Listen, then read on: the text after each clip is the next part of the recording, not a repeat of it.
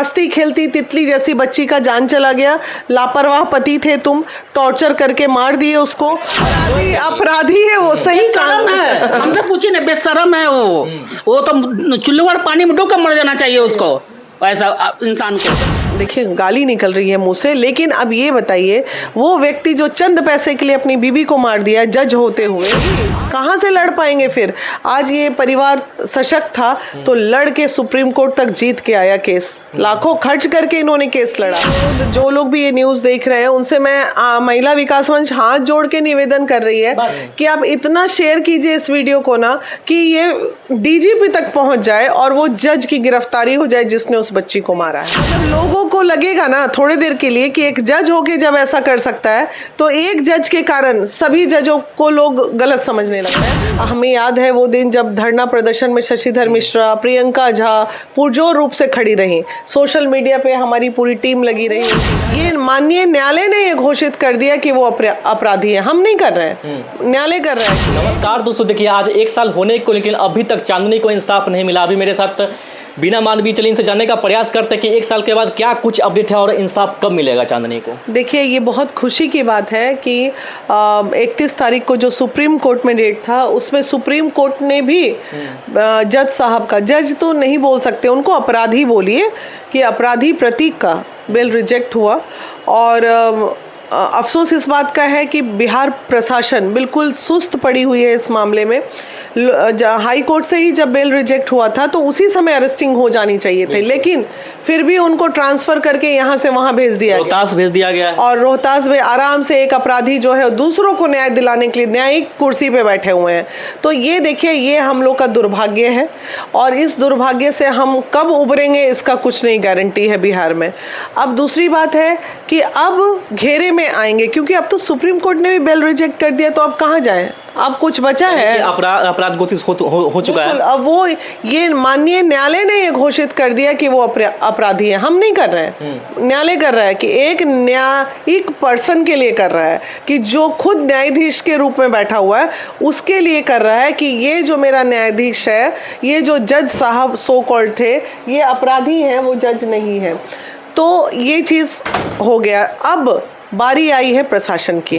अब अगर प्रशासन ने कोताही की तब मामला बहुत ज़बरदस्त तूल पकड़ेगा।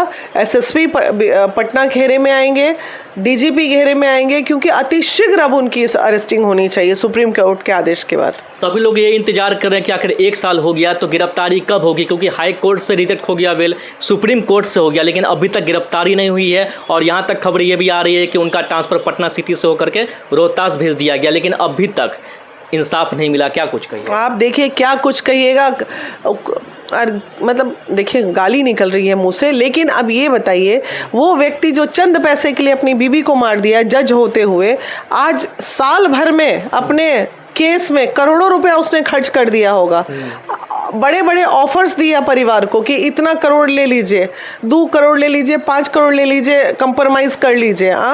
वही पैसा तुम अपनी बीबी को बचाने में नहीं लगा सकते थे? हंसती खेलती तितली जैसी बच्ची का जान चला गया, लापरवाह पति थे तुम, टॉर्चर करके मार दिए उसको और अब भागते फिरो जाओ जेल। अब क्या ही होगा, उसको जेल जाना पड़ेगा। अगर 35 साल का गिरफ्तारी नहीं हुआ तो कहीं ना कहीं लोगों का न्याय पर से विश्वास उठ जाएगा। बिल्कुल उठ जाएगा भाई, फिर तो कुछ बचेगा नहीं। एक तो ऐसी लचीला व्यवस्था है जिसपे लोग को न्यायिक चीज़ों पे विश्वास नहीं होता है, तो हम जैसे समाज सेवी के पास लोग आते हैं कि मैडम न्याय दिला दीजिए। अब जब ऐसे सुप्रीम कोर्ट के आदेश के बाद भी अगर व्यक्ति नहीं जाएगा सलाखों के पीछे तो भरोसा क्या, बिल्कुल लोग भूल जाएंगे भाई, कहाँ से लड़ पाएंगे फिर। आज ये परिवार सशक्त था तो लड़ के सुप्रीम कोर्ट तक जीत के आया केस, लाखों खर्च करके इन्होंने केस लड़ा। और ज़रा इमेजिन कीजिए कि गरीबों का क्या हाल हो रहा है। वही बात है। अभी मेरे साथ फाइमा मैम चलिए इसी भी जानने का प्रयास करते हैं। क्या कुछ मैम आपको याद है, 1 साल हो गया है और अभी तक चांदनी को इंसाफ नहीं मिला, क्या कुछ कहिएगा? आप खुद देख रहे हैं कि कैसा, मतलब कानून, पहले तो लोग कहते थे कि कानून न्यायालय पे भरोसा है, और प्रशासन तो समझिए कि क्या काम कर रहा है वो तो सबको पता है। बाकी उस दिन याद आ रहा है कि जो आप भी थे और भी मीडिया भाई थे, जो उनकी माँ बेहोश हो रही थी और उनको पानी पिलाया जा रहा था, बेहोश हो रही थी, उनको किसी से बात करने की स्थिति में नहीं थी, तो बस उनको बस बेटी का फ़ोटो लेके बस चांदनी चाहिए इस तरह का वो मतलब उनका वक्तव्य आ रहा था। मतलब उस दिन याद, एक माँ जो है अपनी बच्ची को बड़ा करके किसी के हवाले करती है और वो क्या करते हैं कि इस तरह मार देते हैं, और उसके बाद भी वो मरने के बाद भी बच्ची के लिए वो माँ अभी भी भटक रही है। 1 साल होने जा रहा है। शर्म लगता है कानून व्यवस्था पर, बहुत शर्म लगता है। मतलब बहुत दर्द होता है कि जब इस तरह की पढ़ी लिखी चांदनी को जब इस तरह से टॉर्चर कर मार देते हैं, तो और जो कम पढ़े लिखे हैं या जिनको जानकारी नहीं है उनका क्या हाल होगा। आप समझ लीजिए कि कहीं ना कहीं वो जज साहब जो हैं वो अपने पैसा के बदौलत, घूस के बदौलत आप बचे हुए हैं और वो उनमें मतलब अपना बचाव कर रहे हैं। बाकी हम आपसे यही कहेंगे कि अगर उनके बारे में आप लोग पता लगा लीजिए कि वो कहाँ पे हैं, तो हम लोग उनको पकड़ के, अगर पुलिस प्रशासन नहीं पकड़ रही है तो हम लोग पकड़ के हवाले कर देंगे, पहुंचा देंगे। अगर प्रतीक सेल सही है तो सोशल मीडिया पर क्यों नहीं आ रहे? एक बार भी उनका फोटोज कोई भी देखा अभी तक? अपराधी है वो, सही काम है। हमसे पूछिए ना, बेशरम है वो तो चुल्लुवर पानी में डूब कर मर जाना चाहिए उसको, ऐसा इंसान को। नहीं, वो बताइए क्या मिला उसको? अगर वाइफ थोड़ा सुंदर नहीं थी, क्या सुंदर तो थी चांदनी, सुंदर थी, बहुत सुंदर थी। आखिर चांदनी में क्या कमी था?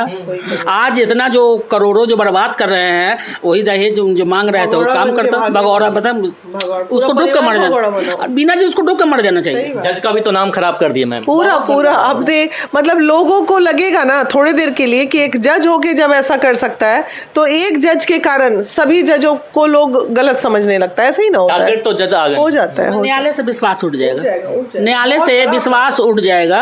और अगर जो न्यायालय में जो बैठते हैं वही क्रिमिनल हो, मतलब मर्डरिस्ट हो, तो उनको बैठना अपराध है। अरे मैम, वीडियो कैन में करना चाहेंगे, अगर गिरफ्तारी नहीं होता तो आप लोग क्या कीजिएगा? फिर गिरफ्तारी नहीं होगा तो पहले तो देखिए, गिरफ्तारी के लिए हमें डीजीपी तक ही आवाज़ उठानी है, तो डेफिनेटली अब हम प्रशासनिक चीज़ों में आवाज़ उठाएंगे। ज़रूरत पड़ी तो फिर घेराव कर लेंगे डीजीपी ऑफिस का कि कितने दिन के अंदर गिरफ्तारी हो रही है, बताइए। यानी कि महिला विकास मंच का पूरी तरह से सपोर्ट रहेगा न्याय दिलाना? बिल्कुल रहेगा, बहुत लोगों का सपोर्ट रहा है इसमें। देखिए, हमें याद है वो दिन जब धरना प्रदर्शन में शशिधर मिश्रा, प्रियंका झा पुरजोर रूप से खड़ी रही, सोशल मीडिया पे हमारी पूरी टीम लगी रही, उनके घर जाती आती रही। बहुत लोगों का योगदान है इस केस में।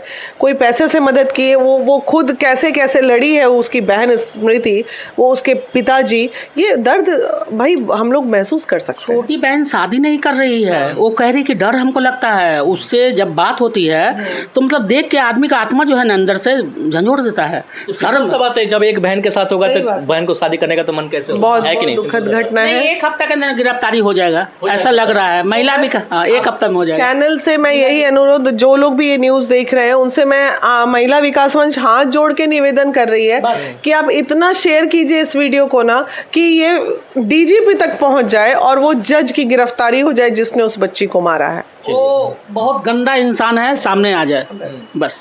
तो देखते हैं दोस्तों कि आखिर कब तक इंसाफ मिलेगा चांदनी को। आप लोग लगातार इस वीडियो में बने रहिए और इस वीडियो को अधिक से अधिक शेयर कीजिएगा। बाकी जय हिंद, जय भारत।